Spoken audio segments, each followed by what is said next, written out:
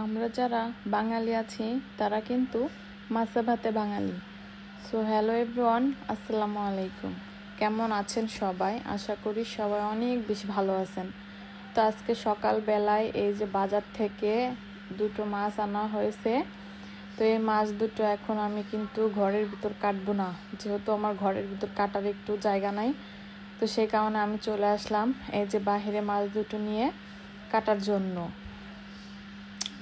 তো এখানে আমার ক্যামেরাম্যান কিন্তু আমার মেয়ে ক্যামেরা ধরেছে।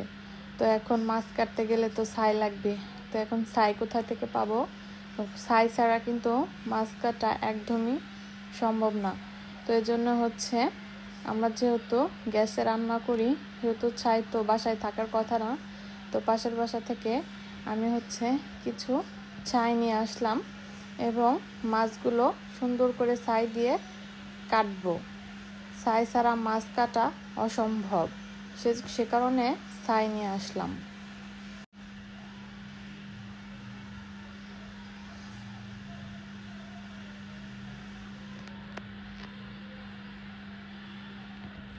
বিয়ের আগে যখন বাবার বাসায় ছিলাম তখন তো একদমই মাছ কাটাকাটি করতে হয়নি, যেহেতু বাসায় মা ছিল, ভাবিরা ছিল, তারাই হচ্ছে সবসময় মাছ কাটাকাটি করতো।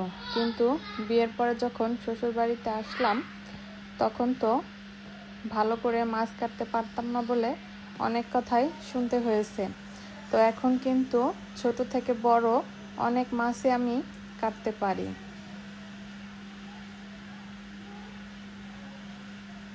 শুধু মাছ নয়, যেমন যদি বাসায় মুরগি আনা হতো, সেই মুরগিটাও আমি কাটতে পারতাম না।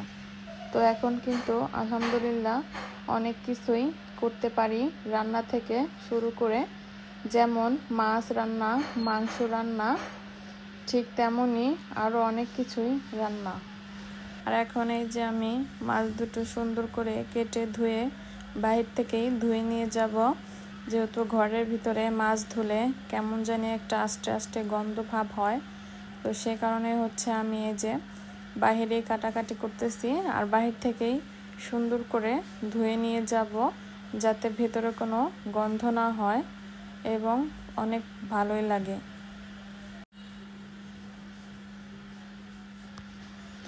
আমরা যারা বাঙালি আছি, যতই মাংস খাওয়া দাওয়া করি না কেন, মাছ না খেলে কিন্তু ভালোই লাগে না। আর ওইদিকে হচ্ছে আমার পাখি দুটো ডিম পাড়ছে, তো সেটাই আপনাদেরকে একটু দেখিয়ে দিলাম। পাখি আমার আগে অনেকগুলাই ছিল, কিন্তু আস্তে আস্তে সব পাখি কেমন যেন মারা গেছে।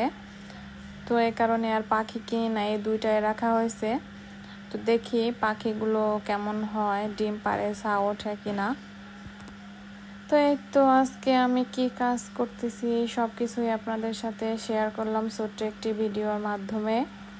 তো আমার ভিডিও যদি আপনাদের ভালো লাগে তো অবশ্যই একটা লাইক করে দিবেন এবং সাবস্ক্রাইব করে রাখবেন আমার চ্যানেলটাকে, যে কোনো নতুন ভিডিও ছাড়ার সঙ্গে সঙ্গে যেন আপনার সঙ্গে চলে যায়।